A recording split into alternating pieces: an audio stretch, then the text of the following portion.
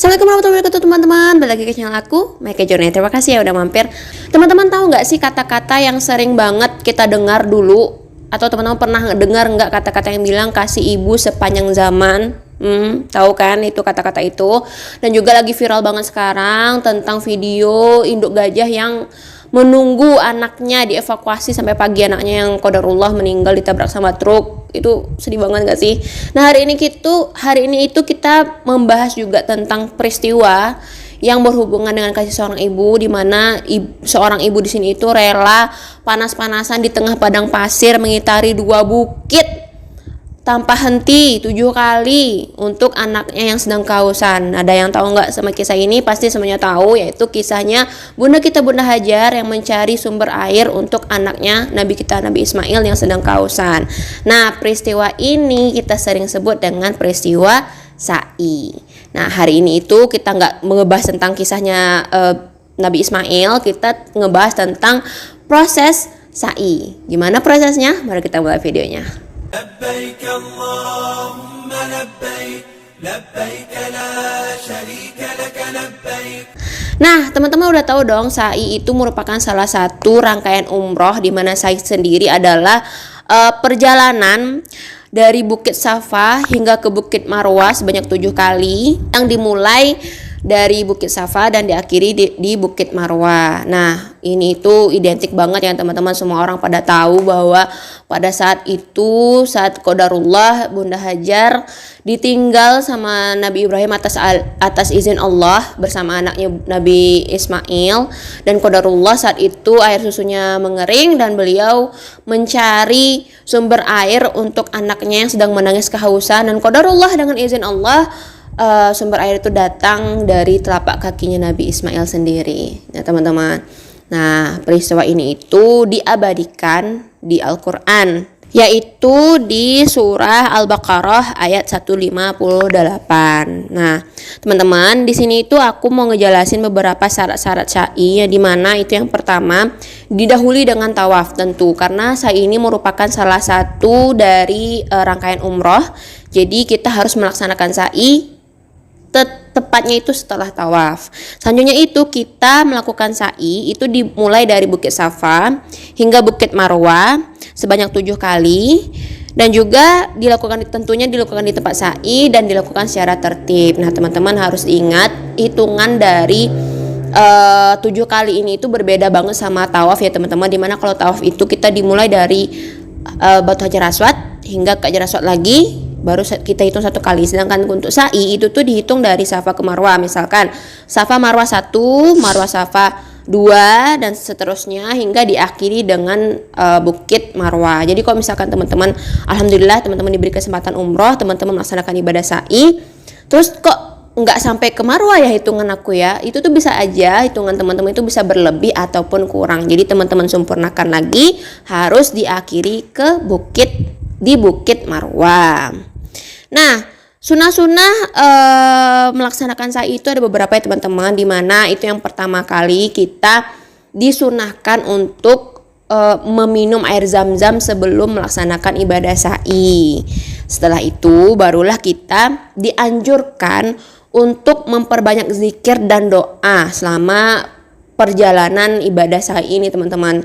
Jadi teman-teman itu bebas mau doa apa aja, mau zikir apa aja, yang jelas teman-teman disunahkan untuk terus mulutnya itu nggak berhenti berdoa dan berzikir selama ibadah sa'i. Zikirnya bebas, doanya bebas. Tapi kalau misalnya teman-teman mau spesifik, bisa teman-teman lihat di buku agenda yang akan dikasih sama teman-teman, atau bisa juga dicek di video aku sebelumnya. Aku udah capture beberapa doa saat melaksanakan ibadah sa'i. Nah, selanjutnya itu adalah menutup aurat dan suci dari hadas dan najis. Jadi teman-teman masih ya teman-teman tetap bersih, tapi di sini aku tekankan lagi kalau di sini itu nggak wajib terjaga wudunya. Jadi kalau misalkan teman-teman qadarullah, teman-teman batal wudunya, teman-teman nggak harus pergi keluar ngambil wudu untuk melanjutkan sa'i, tapi teman-teman bisa lanjutkan karena nggak wajib untuk dalam keadaan berwudu. Tapi kalau misalkan teman-teman pengen wudu nggak apa-apa, tapi nggak usah sih syaratnya. Gimana ya maksudnya? Maksudnya itu nggak kayak tawaf gitu teman-teman. Kalau tawaf itu tuh syarat wajibnya kan berwudu ya, suci dalam wudu. Jadi kalau misalkan sa'i ini tuh teman-teman Kalau misalkan qadarullah dalam perjalanannya teman-teman batal wudhu, nggak apa-apa, tetap bisa dilanjutkan. Bahkan teman-teman kalau capek boleh istirahat asal tidak mengganggu perjalanan jamaah yang lain. Bahkan teman-teman juga boleh kalau misalkan yang letih, capek, boleh istirahat sebentar untuk minum air zam-zam, asalkan jangan sampai ketinggalan sama rombongan. Tapi teman-teman bisalah kompromi sama mutawifnya, mereka bakal ngerti banget. Teman-teman cukup dikomunikasikan aja ke mutawifnya. Selanjutnya itu melakukan sa'i di tempat sa'i, tentunya beralih kecil terutama di pilar hijau. Nanti itu kita dipertemukan dengan pilar hijau, tapi di sini itu dianjurkannya itu untuk laki-laki ya teman-teman. Laki-laki dianjurkan untuk beralih kecil, sedangkan perempuan bebas jalan seperti biasa juga nggak apa-apa. Tapi ada juga sih beberapa, kadang aku juga pengen nyobain gitu lari kecil, membayangkan kembali gimana sih Bunda Hajar dulu dalam mencari air untuk Nabi Ismail itu, berlari-lari kecil itu seperti apa perasaannya dari Safa dan Marwah. Jadi pernah sekali itu aku nyobain lari-lari kecil, capek sih teman-teman. Jadi gitu ya perjuangan Bunda Hajar itu, Masya Allah capek guys, bayangin dari bukit ke bukit. Ayo, makanya sebelum umrah itu fisik memang harus terjaga. Oke, next. Nah, usahakan sa'i di tempat yang sepi. Tapi kalau untuk mencari tempat yang sepi agak sulit ya teman-teman. Nanti itu ada. Jadi di Masjidil Haram itu tuh ada beberapa tempat sa'i. Ada di lantai dasar, lantai 1, lantai 2, lantai 3. Aku cuman pernah ke lantai 1 dan lantai dasar. Kalau lantai 2 dan 3 aku nggak pernah. Jadi aku cuman bisa ngasih gambaran teman-teman lantai 1 dan lantai dasar. Nah, di lantai dasar itu cukup sepi karena tempatnya juga agak sedikit rendah, jadi agak tertutup, jadi agak sepi di situ. Nah, lebih afdolnya sih sebenarnya di lantai 1 ya teman-teman. Lantai dasar itu kan setara selantai dengan Ka'bah. Cuman kalau lantai 1 itu lantai yang benar-benar disediakan. Di sana itu kita bisa melihat Ka'bah sekaligus juga bisa melihat Bukit Safa gitu teman-teman. Kan sekarang itu Bukit Safa sama Bukit Marwah itu udah dalam satu ruangan sama masjid, udah menjadi satu bangunan dengan Masjidil Haram. Jadi udah ada atapnya, udah ada AC, udah ada pendingin ruangan, jadi udah nyaman banget. Walaupun tetap kerasa ya capek teman-teman, tapi tetap udah nyaman banget, udah dibuat nyaman sama pemerintah Saudi gitu. Cuman kelebihan dan kekurangannya di lantai 1 dan lantai 2 ini, kalau lantai dasar itu sulit bagi kita melihat Ka'bah, sedangkan untuk di lantai 1 itu tuh Ka'bah sangat terlihat dari situ teman-teman. Dan juga kita bisa melihat bentuk dari Bukit Safanya sama Bukit Marwah. Dan di lantai 1 itu ada bagian dari bukit yang tidak dikasih keramik teman-teman. Jadi misalkan kan bukit kan kayak gini tuh, jadi bukit itu enggak dikasih keramik, enggak, memang udah dimasuk dalam bangunan masjid, tapi mereka enggak enggak ditutup gitu bagian bukitnya. Jadi di lantai-lantai itu ada sedikit seperti kayak gundukan bukit itu masih ada disatuin sama semennya gitu teman. Disatuin sama keramiknya teman-teman. Jadi teman-teman kalau di lantai 1 itu teman-teman bisa nginjakin Bukit Safa itu, jadi memang dibersihin sama mereka, bahkan wangi banget tuh teman-teman. Tapi kalau misalkan memang bukit besarnya itu dibatasi dengan kaca, jadi kita bisa lihat melalui kaca itu. Cuman lantai 1 itu ada bagian lantai yang masih ada bagian dari Bukit Safa yang masih terlihat di situ, bisa kita injak gitu, bisa kita duduk di situ juga. Sedangkan di lantai dasar itu kita cuman bisa lihat Bukit Safanya itu melalui kaca itu aja. Jadi ini Bukit Safa ada kacanya, kita cuma bisa lihat di situ, nggak ada bagian yang bisa kita injak, memang udah keramik semua gitu teman-teman. Kalau lantai 2 sama 3 aku nggak tahu, tapi lebih afdol memang di lantai 1 gitu ya teman-teman ya. Nah, selanjutnya itu tidak memakai kendaraan kecuali ada uzur. Iya sih, lebih afdolnya teman-teman jalan. Cuman qadarullah seperti anak-anak kan nggak mungkin, pasti dibantu gendong. Ada yang terus juga kalau orang tua kan ada yang nggak kuat bisa pakai kursi roda itu ada juga orangnya yang memfasilitasi, memang bayar sih memang jasa mereka, tapi cukup membantu teman-teman ya. Nanti itu biasanya kalau yang pakai kursi roda itu di lantai 1 teman-teman, memang udah disediakan tempat khusus untuk Safa dan Marwah untuk melaksanakan sa'i itu khusus untuk kursi roda udah ada gitu teman-teman.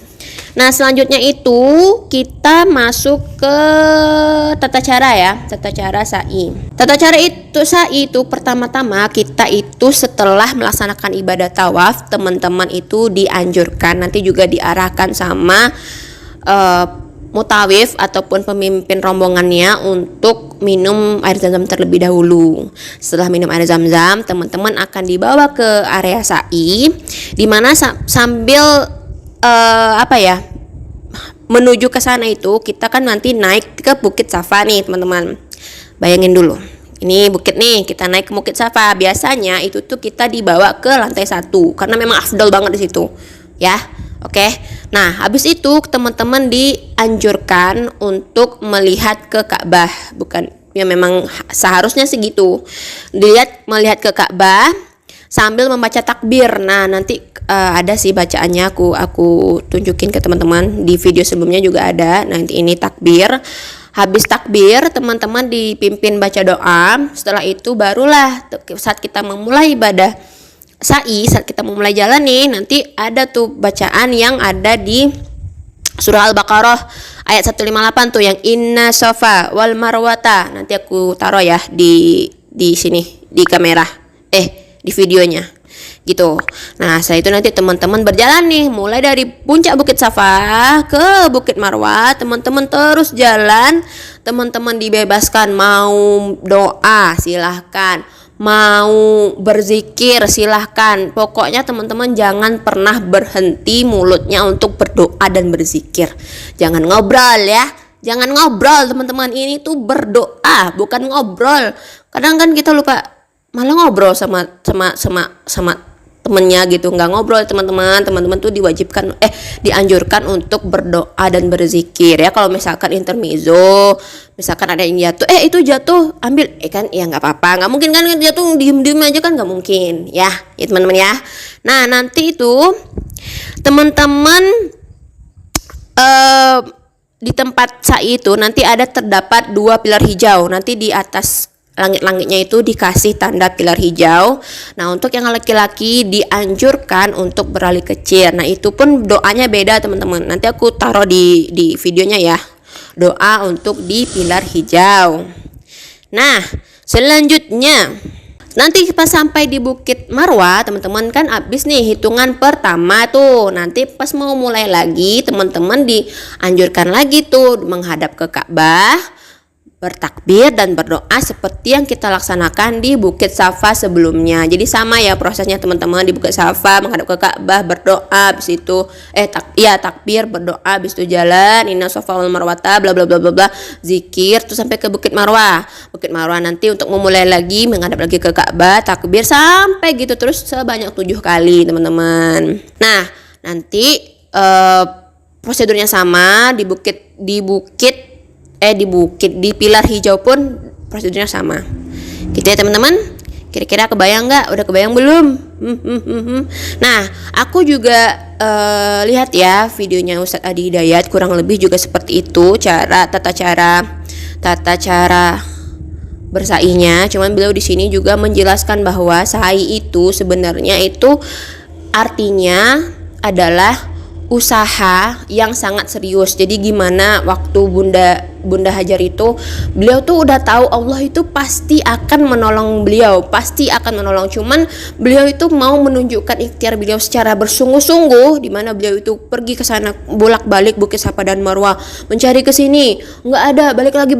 Oh mungkin sana, oh mungkin sini. Pokoknya beliau terus membuktikan kepada Allah bahwa beliau bersungguh-sungguh untuk mendapatkan air tersebut gitu teman-teman. Jadi sa'i itu bisa dikatakan, ini kata Ustadz Adi Hidayat teman-teman, kalau sa'i itu adalah usaha yang serius dan sungguh-sungguh. Dan juga safa itu diartikan dengan menyaring sesuatu yang kotor. Jadi misalkan kita nggak dimulai dari Bukit Safa itu seperti yang dilihat dari Bunda Hajar yang bersungguh-sungguh menghilangkan semua pikiran kotor kita bahwa kita nggak bisa, Allah nggak akan bantu. Yakin teman-teman bahwa Allah pasti bantu, Allah pasti tolong. Allah cuma lihat sejauh mana sih kita mau berjuang dengan apa yang kita inginkan tersebut.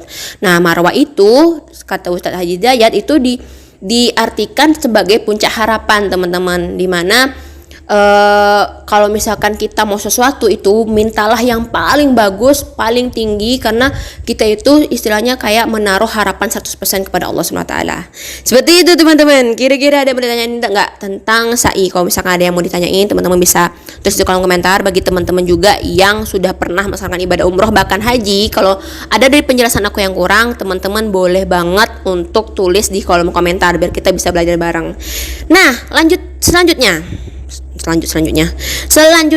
kita masuk ke tahallul teman-teman ya. Nah, tahallul itu sendiri itu menurut bahasa adalah menjadi halal atau diperbolehkan, sedangkan dalam istilah umroh atau haji, kalau di sini itu di buku seperti biasa ya, buku ini teman-teman, itu dikatakan menurut istilah manasik haji adalah keadaan seseorang yang telah dihalalkan atau hal-hal sebelumnya yang tidak diperbolehkan telah diperbolehkan kembali. Jadi contohnya nih ya, bukan contohnya sih, perumpamaannya tuh setelah dihalalkan tuh maksudnya kita kan waktu umroh itu dalam keadaan berihram. Jadi semua larangan ihram itu udah nggak boleh lagi kita laksanakan. Nah, tapi setelah tahallul kita udah diperbolehkan nih, udah dihalalkan dari yang haram. Yang haram tadi yang larangan-larangan tahallul, larangan ihram seperti bergunjing. Walaupun bergunjing tetap nggak boleh ya teman-teman kalau di area sana. Ya janganlah, ngapain kita mau habis itu udah tahallul nih, aku mau bergunjing nih, mau ngomongin orang, kan nggak mungkin, ya kan? Ya misalkan teman-teman yang awalnya nggak boleh pakai wangian, udah boleh wangian, yang mau mandi boleh pakai sabun harum-harum boleh. Terus juga yang mau menyembelih ayam, menyembelih binatang boleh ya. Siapa tahu ada yang mau menyembelih ayam di situ. Tapi ya kali ya menyembelih binatang di situ. Ya siapa tahu mau potong unta, itu udah boleh. Tapi ya nggak mungkin lah ya. Tapi ya gitulah istilahnya, udah diperbolehkan kembali untuk melaksanakan hal-hal yang diharamkan sebelumnya. Bukan berarti kita melakukan sesuatu yang haram ya, maksudnya itu diharamkan sebelumnya itu yang kita laksanakan yang diharamkan saat kita berihram teman-teman. Oke? Jadi setelah bertahallul ini kita udah bebas, sudah seperti biasa, dan rangkaian umroh kita sudah terselesaikan teman-teman. Nah, jangan lupa tahallul ini itu kita menghadap ke arah kiblat ya teman-teman, menghadap ke Ka'bah. Dan sekali lagi aku tekankan teman-teman, untuk yang baru terutama jangan pernah tertipu dengan orang-orang Arab atau orang siapapun itu yang nggak kita kenal tiba-tiba menawarkan kita gunting. Hati-hati ya teman-teman, nanti teman-teman diminta duit banyak lagi. Kadang ada yang 5 juta, ada yang 2 juta, yang ngapain kan. Makanya kita sediakan sendiri gunting atau boleh minjam sama mutawifnya. Begitu teman-teman. Kira-kira ada yang mau ditanyakan lagi? Sekian dulu untuk hari ini. Apabila ada salah kata, teman-teman aku mohon maaf. Dan apabila ada penjelasan yang kurang, teman-teman boleh tulis lagi di kolom komentar. Jangan lupa untuk di-subscribe channel aku dan juga like-nya jangan lupa. Dan aku mohon maaf kadang aku suka maksudnya jarang banget upload video karena memang real life aku sedang sibuk-sibuknya. Jadi mohon maaf lahir dan batin, mohon maaf atas segala salah dan ucapan dan perlakuan dan lain sebagainya. Ayo kita sharing bareng-bareng di kolom komentar, dan jangan lupa di like, di subscribe, balik lagi ya. Ya itulah pokoknya intinya. Sampai jumpa di Assalamualaikum warahmatullahi wabarakatuh. Bye bye.